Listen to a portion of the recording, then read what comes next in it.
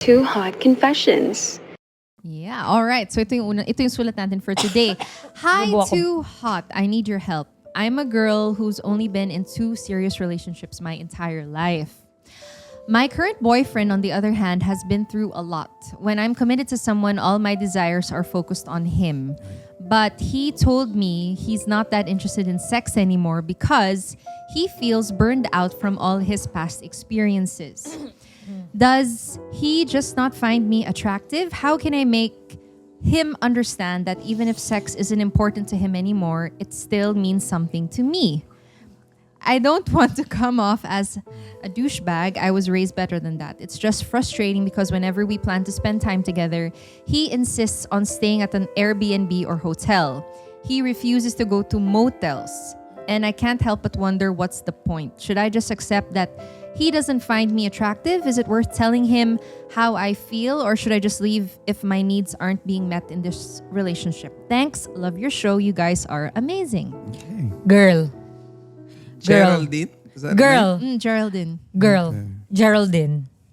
If he's not interested in sex anymore, it's either he's cheating on you or... He has other preferences. Yeah, he has other preferences. Yun lang yun. I mean like, to be honest.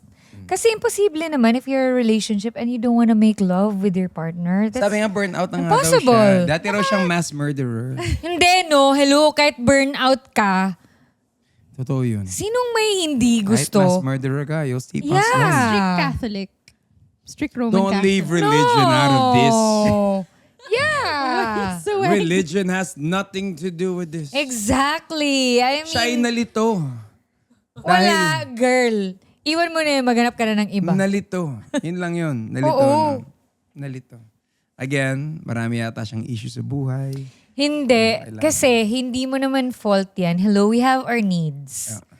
And kung hindi niya na meet yung needs na yon, girl, you have to move Habang on. maaga pa, no? Habang maaga pa. Kasi pag nagka-kids na kayo, tapos biglang ganun pa din. Yeah, mahirap naman naman yung yung... magkakakids, ayaw nga mag-sex. mahirap naman yung may partner ka tapos di ka naman dinidiligan. Oo. Ano ba naman yun? Hello? Ano yun? Plants Tayong versus mga zombies. girls, we need, para tayong mga flowers, kumola flor, you know? Or like flowers. We need to be watered. You said you could buy yourself flowers eh. Diba? Well, yeah, we can buy it if we want. And then siguro you But ask... kailangan pa rin i-flower the flower. Yeah, but no, but you ask him, bakit? Kasi nga may trauma siya, no?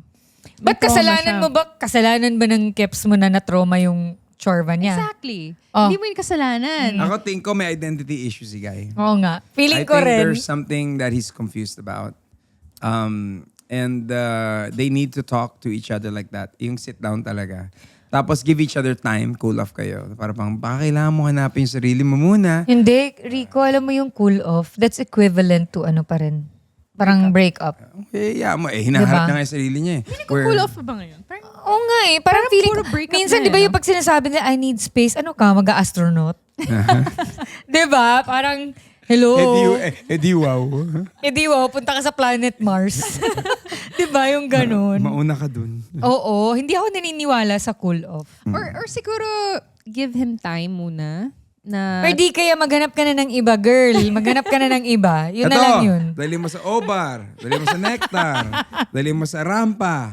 Mag-enjoy kayo kung saan siya pinakamasaya. Tapos dali mo sa Makipaghiwalay dalawang ka na. simbahan ha, sabihin ko, starts with a V. Pag nakita mo pang 5 kanta, iba na yung pintik na ganun. Bang usapan na yun.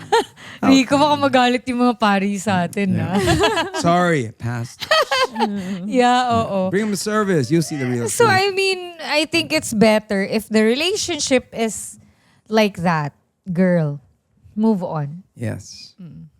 Kasi medyo ano yan eh, pag wala na talagang gana pagdating sa bagay na yan. Kasi sometimes, that's one thing na mag-hold sa relationship, di ba? And if that one thing is gone, When the feeling I is know, gone. like, you know, sinasabi nila kailangan may respect. Yes, that's one. But if wala na kayong sexual compatibility, that's not gonna work. again, it's grounds for divorce and annulment. Yeah. So, wag na girl, wag na. Maghanap ka na ng iba na dinidiligan yung bulaklak. Na hindi mo kailangan pilitin dilayan. Kasi Kasi baka mamaya isipin mo ikaw yung may mali eh. Kaya nga Ibaliktad mo pa sa sarili mo, Kasi kahit di ka i-gaslight mo nagdidiligan pa kasi eh. busy siya kay Adan. Ganun lang yun. Ganun lang. Wag na, move on ka na. Eh, diba? Oo. Alright? Sabihin mo, pangit Yes. ba ako? There Di are ba ako plenty of sexy? fishes in the sea. Malit ba boobs Yeah. ko? No.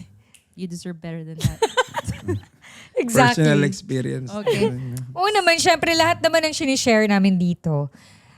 If hindi experiences ng mga friends namin, na close namin, or yung mga, lahat naman tayo may mga kanya-kanyang experiences, di ba? And minsan, tayo yung nagiging eyes dun sa mga experiences ng mga kaibigan natin. Kasi minsan, kung hindi man natin experience, nakikita natin yun in a clear, parang perspective. So remember, Kapag ka sa'yo nagsasabi yung mga kaibigan mo, alam mo yun. they're and then- really your friends. They find comfort in you, no? Yeah, exactly. So, girl, sa mga ganyang bagay, I tell you, that's not gonna work. So move on. Again, go back to the why you got into the relationship. Yeah. Kayo naging magjowa, then you'll figure it all out.